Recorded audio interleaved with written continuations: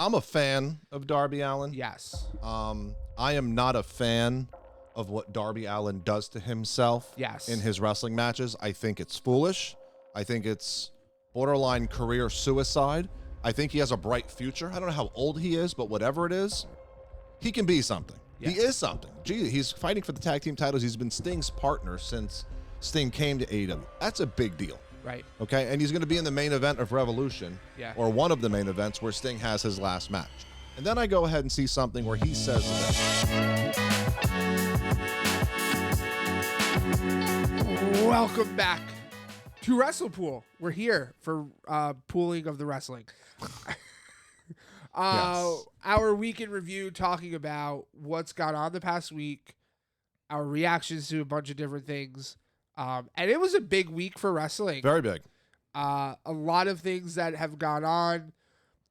Aftermath, like we had the Royal Rumble, we have the aftermath from Monday Night Raw of the Royal Rumble. So with all of that said, top of the key. Oh, I didn't introduce us. I'm Chris.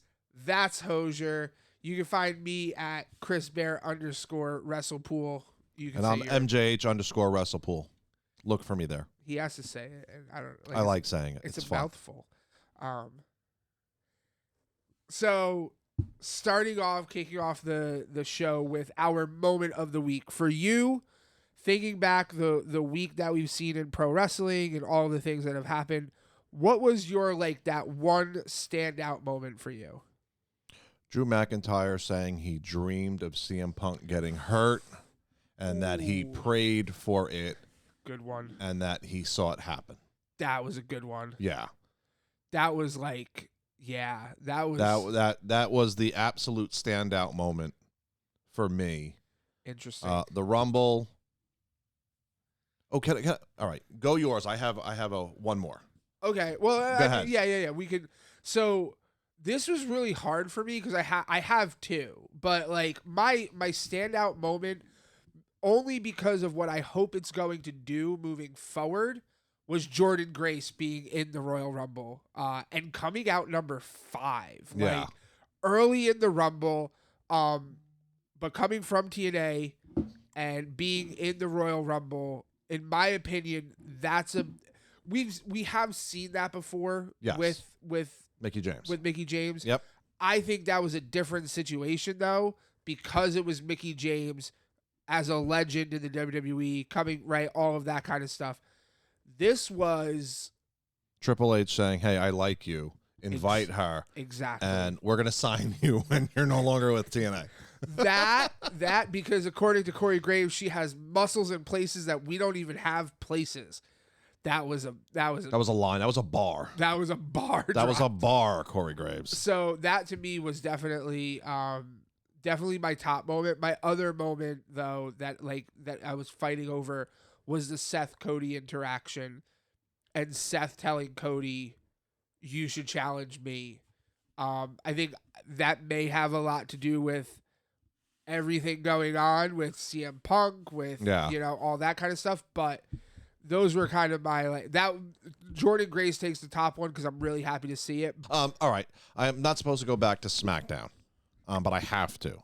The reaction to Trick Williams making his appearance on SmackDown was absolutely massive. Yeah, and then after the Rumble was over, now you're starting to see the rumors. Okay, they now officially view him in this main event mindset going forward because they looked at that 100% and they were like, "Oh, okay, check a box. We got something going here." So that was awesome. Whoop that Trick. I'm all for it. I love Trick. I think Trick is great.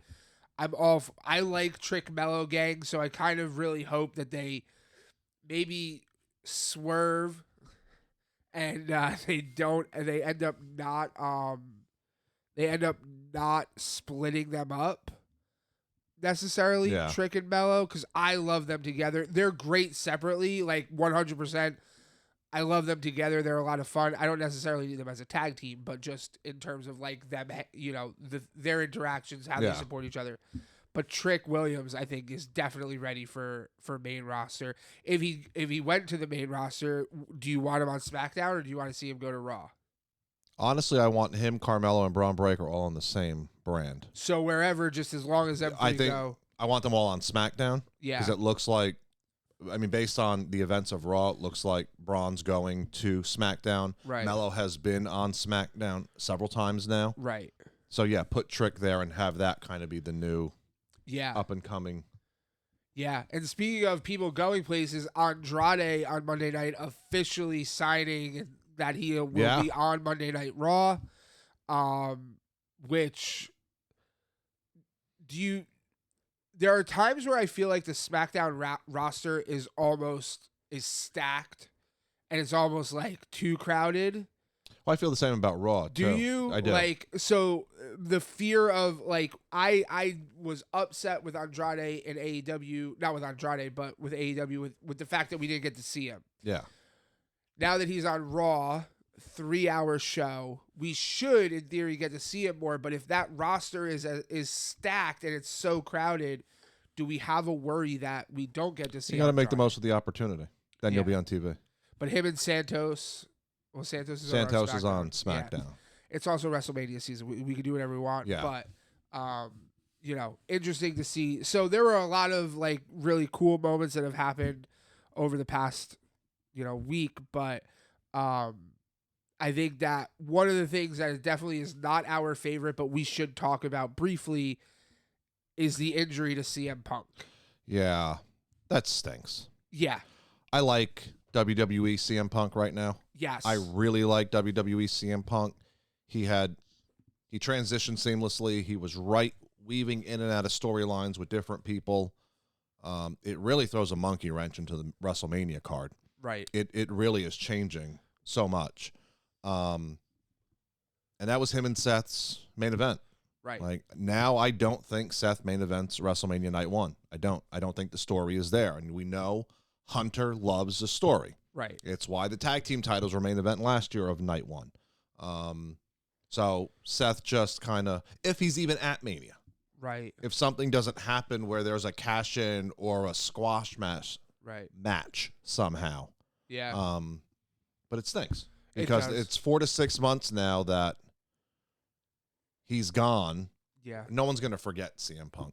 Drew McIntyre's not going to let you forget CM Punk. Right. He has to, and I don't want a fantasy book, but I enjoy it. He has to every week remind you of what he wanted to happen and what ended up happening to CM Punk, just to keep that fresh in people's mind. It keeps that real heat on him. Right. And then when Punk comes back, wherever Drew is in the mix. Yeah. No, that makes total sense. So, yeah, I'm with you 100%. I very much am happy with this CM Punk. He just seemed like he was having so much fun. Yeah. I 1000% agree.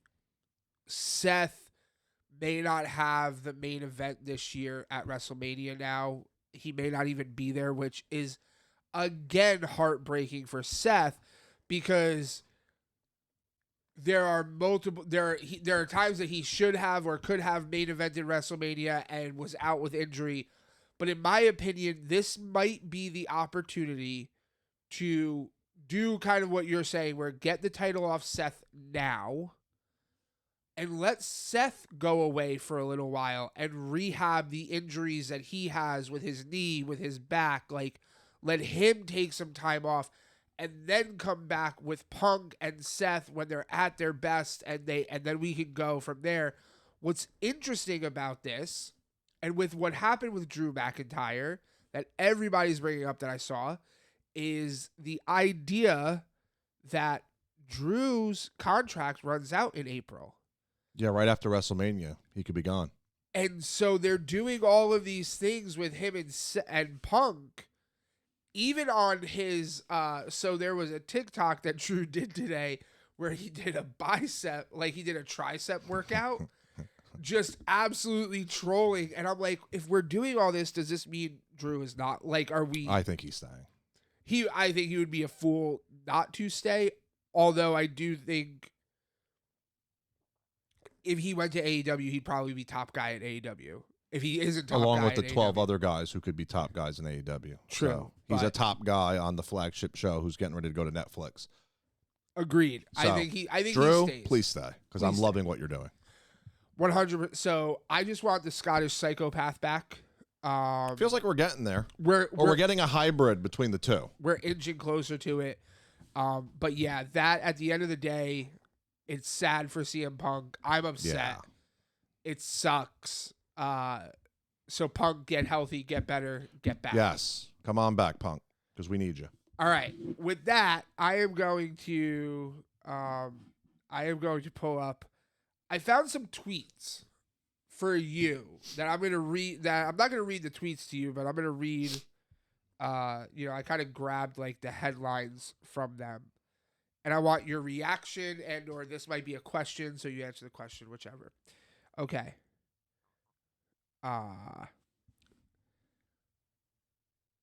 Give us the matches that you want to see Mercedes Moné have in AEW. Well, like 2 or 3? Yeah, give me like 2 or 3 of the top matches that you're like, I want to see that happen. All right, give me a minute. I'm trying to think now of the AEW women's roster. Oh boy. Well, Britt Baker would be 1. 100%. Toni Storm would be 2. Yeah. What's one more? Do I have one more? No, I don't. Those are the 2 I want to see. Those are the 2 you want to see. Toni Storm and Britt Baker, I think, are givens.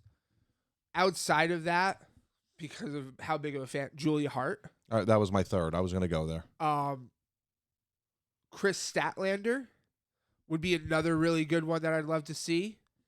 Is there a real technical women's wrestler that can kind of grapple and do the things that we know Mercedes can do? So I'm trying to think of that, but I don't know. But the there was one that I was thinking of that I was like, this. It's not technical, but it's Hikaru Shida. Yes. The Japanese wrestler. Yes. Like, I'd love to see that. Yes. I want to see like what Mercedes did in Stardom was great. What she did with Kyrie. Oh, Athena from ROH. Bring Athena from ROH. Absolutely. That would be so. It's here, and here's the thing: is like Mercedes going to AEW. First of all, do you believe that's a done deal? Yes, you do. I think that's Tony's announcement next week. That Mercedes is in AEW, it would have happened this week or Saturday, but with everything going on with Vince, yeah, he didn't want his main storyline being buried in the. That makes sense. The Vince story, yeah. But now that's kind of in the rearview mirror, so to speak. Sure. I think his announcement that we're getting either Monet as a definite or Ospreay's start date. Ooh, one of the 2. Yeah. But I think Mercedes is a done deal. Just based on rumors of what she was getting. We've talked about what she was offered. It's insane. The bag. The bag. Yeah. Which, okay, so you think it's a done deal. I'm still holding out hope that we're going to get her at Mania, and that she's not going to AEW, but I just want to see all of them back in WWE together. Bayley, Sasha,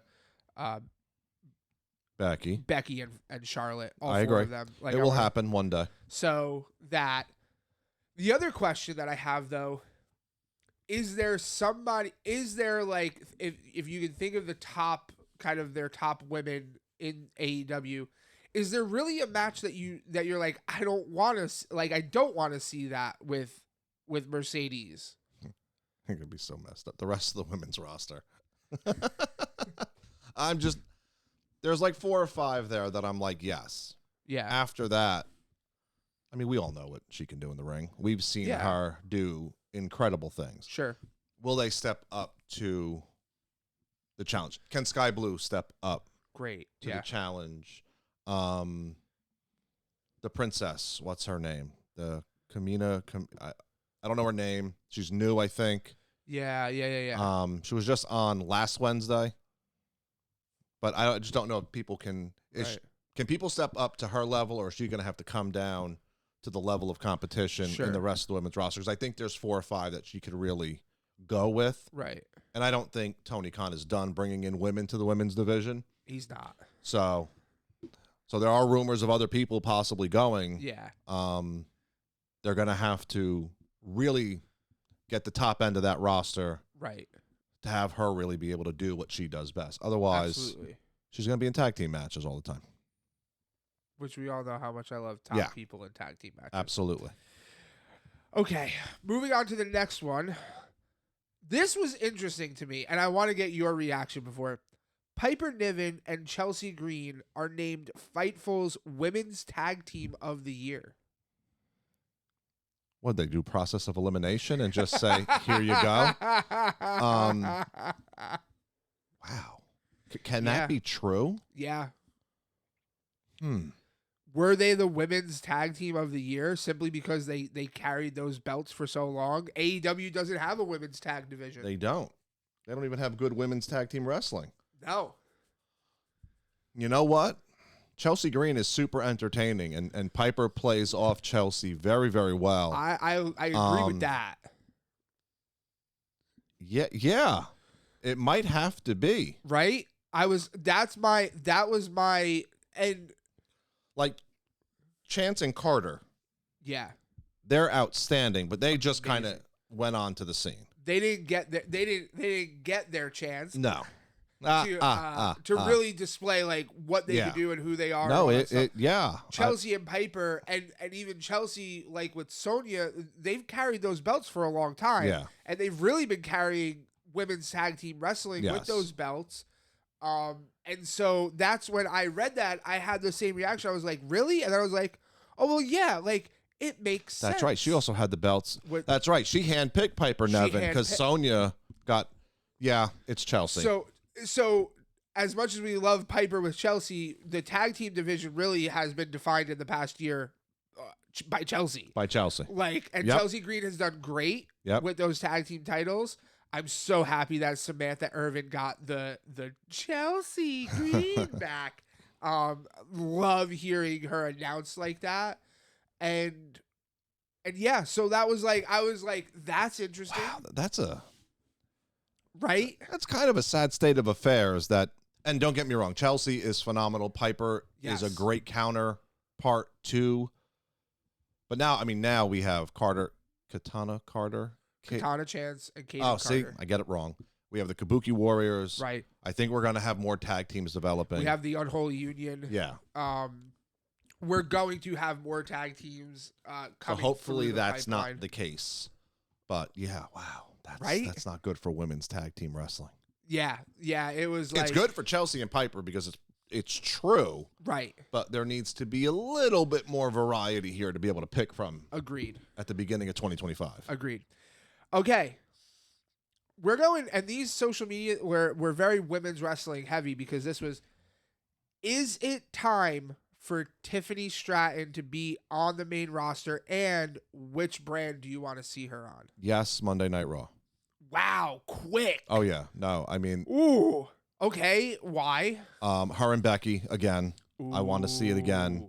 Her and Zoe Stark. Yes. Okay, her and Rhea. That was mine. And, yeah. Because I think Naomi's going to SmackDown. Yes. Okay, I think Liv Morgan is going to SmackDown. I think. Okay. Bianca's on SmackDown. Yeah, Monday Night Raw. Yeah, I'm with you 100%. I am. It's Tiffy time. Oh, 100%. And I picked. I was wanting her. I want her to go to Raw because of Rhea. I mean, all of like everyone you just named. 100. Her and Becky again would be phenomenal. Her and Zoe Stark. Her and Shayna Baszler. Who have never faced each other. I don't think her and Shayna have ever actually faced each other. But her and Shayna Baszler would be fantastic. But her and Rhea was the reason that I was like, she needs to go to Raw, because they will have, as bad as you want Rhea and Bianca, I almost might want Rhea and Tiffany more. After Rhea Bianca, I would agree. I'm super. Yeah. You really introduced me to Tiffany Stratton. Yeah. And then it was the match versus Becky, when Becky won the belt. And I was like, all right, she was ready then. She was ready. So then. All this time in NXT, just honing that craft. Yep. She's megastar. So if super megastar. If you That's haven't even the seen thing. that match, Becky, and it's early October on just an NXT. It is not like if you have Peacock, go get it. Go watch that match. It was phenomenal. Just go watch Tiffany Stratton. Yeah. If you are not up on Tiffany Stratton, go watch Tiffany Stratton. You will not be disappointed. Yeah, 100%. So with that said, thinking about all the things that have happened, we're thinking about seeing the headlines we've seen this week, kind of the moments that we saw this week. One, I didn't get to Pat McAfee's back. So happy. I'm so happy. You're a lot. I like Pat McAfee. I do. I'm happy he's with Michael Cole. I think he's best with Michael Cole. Yes. And I think Michael Cole, his level of energy and enthusiasm just goes up a notch or two when he's sitting next to Pat McAfee versus anyone else in the WWE broadcast team. Your prediction that you gave me the other night of looks to be coming true, Corey Graves, Wade Barrett. Very excited for Corey Graves to be play-by-play. Yeah. But now, all right. I don't know. Do we still buy into the notion that there is babyface and heel announcers? Yes and no. Because them two are about I guess they're both heel, per se, in just their style of color commentary. Sure. Is Corey Graves going to be able to flip the switch, so to speak, and then all of a sudden kind of become the more positive, the play-by-play, like Vic Joseph is, like Michael Cole is, because Michael Cole's screaming to the high heavens to finish the story and everything else. I know. But Corey Graves, I'll be interested to see him, and Wade Barrett can just continue doing what he's doing because he's very quick-witted. Maybe we'll be getting a three-man team, and maybe what they'll do is they'll bring Kevin Patrick back to sit between Corey Graves and Wade Barrett. Sorry, KP. I feel bad because I complained, and then a few days later you were gone. That was not the intent of my complaining. But yeah, that was a big, so like overall thinking about like there were all of these little moments over the past week. I mean, especially with the Royal Rumble happening. What's your overall grade of the wrestling landscape for the past week? Oh, I'm giving it an A. From SmackDown to the Royal Rumble, to Raw, to NXT, and even some of it of Dynamite. Yeah. I'm very happy with the week in wrestling. Yeah. I had a lot of fun being live on YouTube for 6 hours. Go to the WrestlePool channel, check out the live stream. I was exhausted the next day. That was a personal highlight because I got to eat beef Wellington live on camera, and I looked atrocious doing it because I watched myself back eating beef Wellington. But I give the grade of an A because I loved it. Yeah, I give it a grade of an A as well. I thought it was a great week. The Royal Rumble did not disappoint. No, not at all. And for like anybody, like I House of Champions, Renee from the House of Champions was telling me how like their group chat was talking about how it was a terrible Royal Rumble. Yeah, because there are a bunch of AEW marks over there. And, that's a shame. And yeah, so they're all high on AEW and like, I'm like this was, in my opinion, this is probably the best Royal Rumble that I've watched in the past 4 years. This one was very good. Especially because the women's Rumble was as good as it was. Match of the night. 100% the match of the night. And the finish between KO and Logan Paul was perfection. We're going to start to get intelligent referees now. I know. I don't know if the wrestling world's ready for the first intelligent referee. Well, okay. Whether they are or they aren't, it's coming. And with that, intelligent referees, you have something that you caught wind of this week that you wanted to maybe. Yeah. All right. So this is a Darby Allin related comment. Okay. I'm a fan of Darby Allin. Yes. I am not a fan of what Darby Allin does to himself in his wrestling matches. I think it's foolish. I think it's borderline career suicide. I think he has a bright future. I don't know how old he is, but whatever it is, he can be something. Yeah. He is something. Gee, he's fighting for the tag team titles. He's been Sting's partner since Sting came to AEW. That's a big deal. Right. Okay, and he's going to be in the main event of Revolution, or one of the main events where Sting has his last match. And then I go ahead and see something where he says this. Last week, and I don't know when this was. This was from January 19th. Okay, so last week I almost broke my neck. I never get nervous because I embrace going to the hospital. I live at the hospital. Okay. Look. Less is more, Darby Allin. Darby Allin, not Darby Island. Darby Allin. Less is more. That just, it infuriates me. Yeah. Because if you have no regard, now we've seen wrestlers in the past have no regard for their body. And I'm going to say, reference Mick Foley. Go look at Mick Foley now. Go look at the Big Show. Right. I watched a short clip. Now, Big Show's also 7 feet tall and whatever. I watched him at the Jericho Cruise. There was a clip. The man can't walk. Right. Can't walk at all. Mick Foley cannot move. Darby Allin, you are young. You are talented. You are onto something with this character. Mm-hmm. For the love of what is holy, listen to Randy Orton talk about wrestling. Listen to Randy Orton's philosophy on how he moves in the ring. Listen to John Cena talk about how he moves in the ring.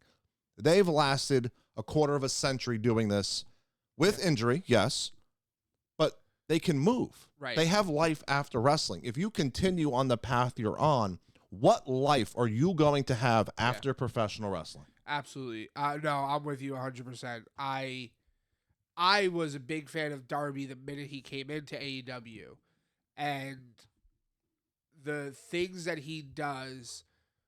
We were watching. It wasn't World's End. It was the one before World's End, where he took like the suplex onto the stairs. Yeah. And I'm just like, what? There's no reason. None. There's absolutely no reason for that. I don't need you to put yourself through that. Not for our entertainment. No, not for me to be a fan. Not for me. Yep. I agree. I think Darby is a great storyteller, and that's why I was drawn to him. His character, his everything, the crazy big stunts that he does are not the reason that I watch Darby Allin. And if there are wrestling fans out there that are like, that is the reason that I watch Darby Allin, they're not real wrestling fans. Yeah. And I don't want them to be wrestling fans anymore because I don't want Darby Allin to put himself in those positions. I don't want to see anyone, and they all do it. All right. Anytime someone climbs a ladder or goes to a table, they all put their lives on the line every single time. We don't root here at WrestlePool for anyone to get hurt. We don't even want to see you attempt something that might get you hurt. Right. Unless it's a part of the in-ring action. Right. But a lot of what he does, man, I hope he knows what he's doing. It's too much extra. Yes. There are times and places for things, tables, ladders, and chairs. Oh my.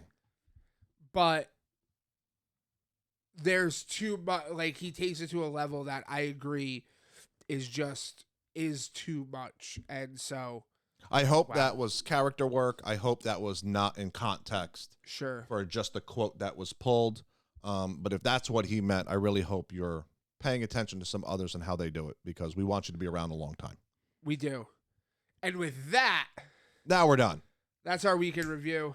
Hey, check us out at WrestlePool on all the places: Instagram, TikTok, X.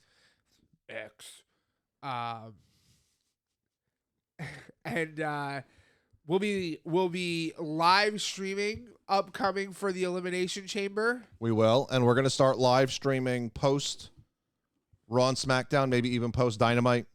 Quick 15-20 minute live stream giving instant reaction to the week in wrestling. So make sure you're subscribed. Tune in here to WrestlePool. I was going to say I'm Hosier, but I'm not. I'm Bear. That's Hosier. Thank you for watching. For life.